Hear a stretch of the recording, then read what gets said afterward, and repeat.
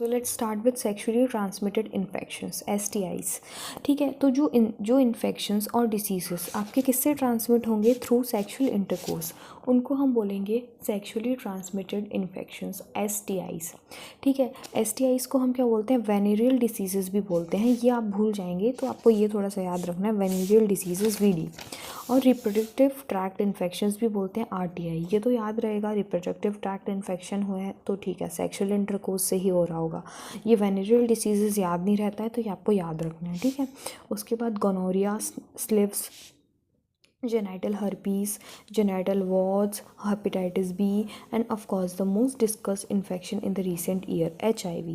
HIV leading to AIDS are some common STIs। ये कुछ common STIs हैं जो आपकी बुक में दिए गए हैं।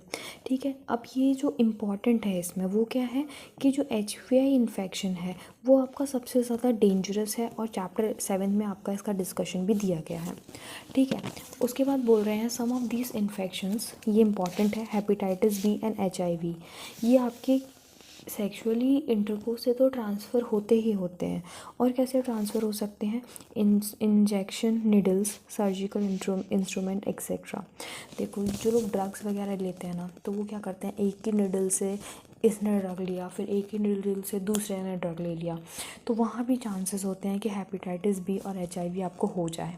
ठीक है, और क्या है, ट्रांसफ्यूजन ऑफ ब्लड हो जाए और इन्फेक्टेड मदर से फीटस में भी जा सकता है। उसके बाद बोल रहे हैं except hepatitis B, genital herpes and HIV। H याद रखना, genital herpes, hepatitis B, HIV infections. ये डिसीज़ेस को छोड़ के बाकी जो अदर डिसीज़ेस हैं, मतलब ये क्या हो गई आपकी नॉन क्यूरेबल हो गई।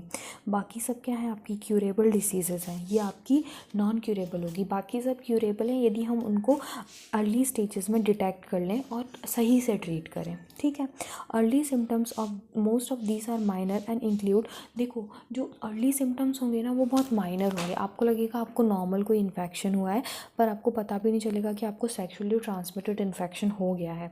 तो अर्ली जो सिम्टम्स रहेंगे वो जैसे रहेगा, आपका इचिंग होगी, फ्लूइड डिस्चार्ज होगा, स्लाइट पेन होगा, स्वेलिंग हो जाएगी। ये सब आपकी जेनिटल रीजन में आपको देखने मिल सकता है।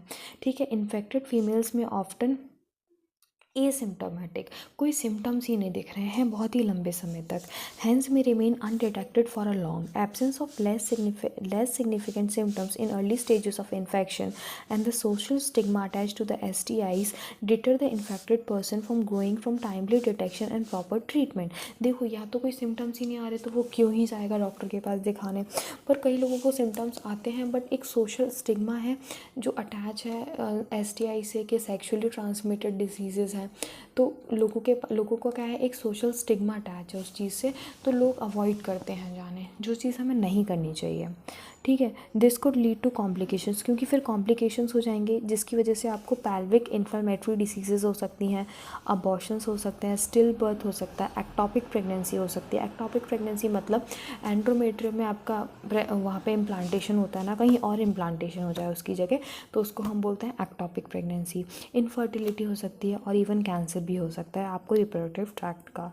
STI are the major threat to the healthy society, therefore इनका हमें जल्दी डिटेक्ट करना, अर्ली डिटेक्शन और इनको ठीक से क्या करना, क्योर करना, ये हमारे लिए बहुत ही ज़्यादा इम्पॉर्टेंट बन जाता है reproductive health child care programme के अंदर।